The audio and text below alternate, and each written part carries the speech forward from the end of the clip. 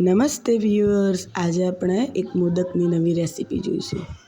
2 cup કોપરાનું છીણ લીધું છે, 4 ચમચી મલાઈ છે, 2 કપ દૂધ છે અને 1 મોટી વાડકી ખાંડ અને 2 ચમચી પાનનો મુખવાસ લીધો છે અને 3-4 ડેરી મિલ્ક અને એક નાનું 10 વાળું મિલ્ક પાવડર।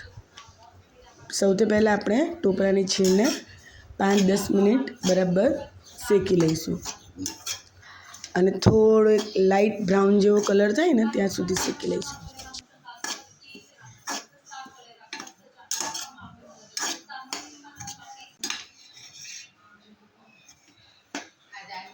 આપણી છીણ શેકાય ત્યાં સુધી આપણે એક બાજુ એક મિક્સરમાં જે 2 ચમચી મુખવાસ લીધો હતો એને એકદમ ઝીણું ઝીણું પીસી લઈશું। આપણે કોપરાની છીણ બરાબર શેકાઈ ગઈ છે, એમાં 2 વાડકી દૂધ એડ કરી અને મિક્સ કરી લઈશું। પછી આપણે મલાઈ લીધી છે એ એડ કરીને મિક્સ કરી લઈશું, મિલ્ક પાવડર લીધો છે એ બી એડ કરી લઈશું અને ખાંડ, બધી વસ્તુ એકસાથે જ મિક્સ કરી લઈશું અને પછી બરાબર એ મિશ્રણને મિક્સ કરી લઈશું।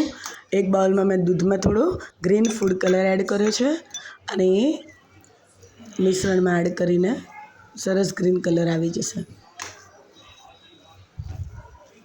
હવે આમાં પાનનો મુખવાસ ઉમેરી દઈશું અને બરાબર મિક્સ કરીને અને જ્યાં સુધી ખાંડનું પાણી થયું હોય એ બળી ના જાય ત્યાં સુધી એને બરાબર હલાવીશું। પેન જ્યારે છોડી દે ને ત્યાં સુધી એને બરાબર મિક્સ કરીશું। એકદમ ડ્રાય જ્યારે થઈ જાય ત્યારે આપણે ગેસ બંધ કરી દઈશું। આ તમે જોઈ શકો છો કે હવે એકદમ ડ્રાય થઈ ગયું છે, લાડુ વળે ને એવું થઈ ગયું છે, એવું ટેક્સચર આવવું જોઈએ। હવે એને હાથમાં થોડું ઘી લગાવીને સરસ મોદક બનાવી લઈશું। આ મેં મોદક તૈયાર કરી દીધા છે।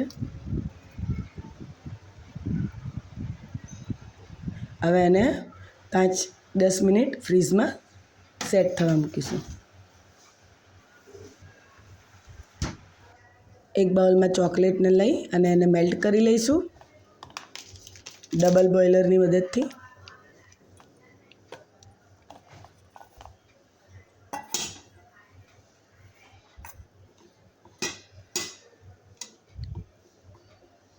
આપણી ચોકલેટ એકદમ સરસ મેલ્ટ થઈ ગઈ છે।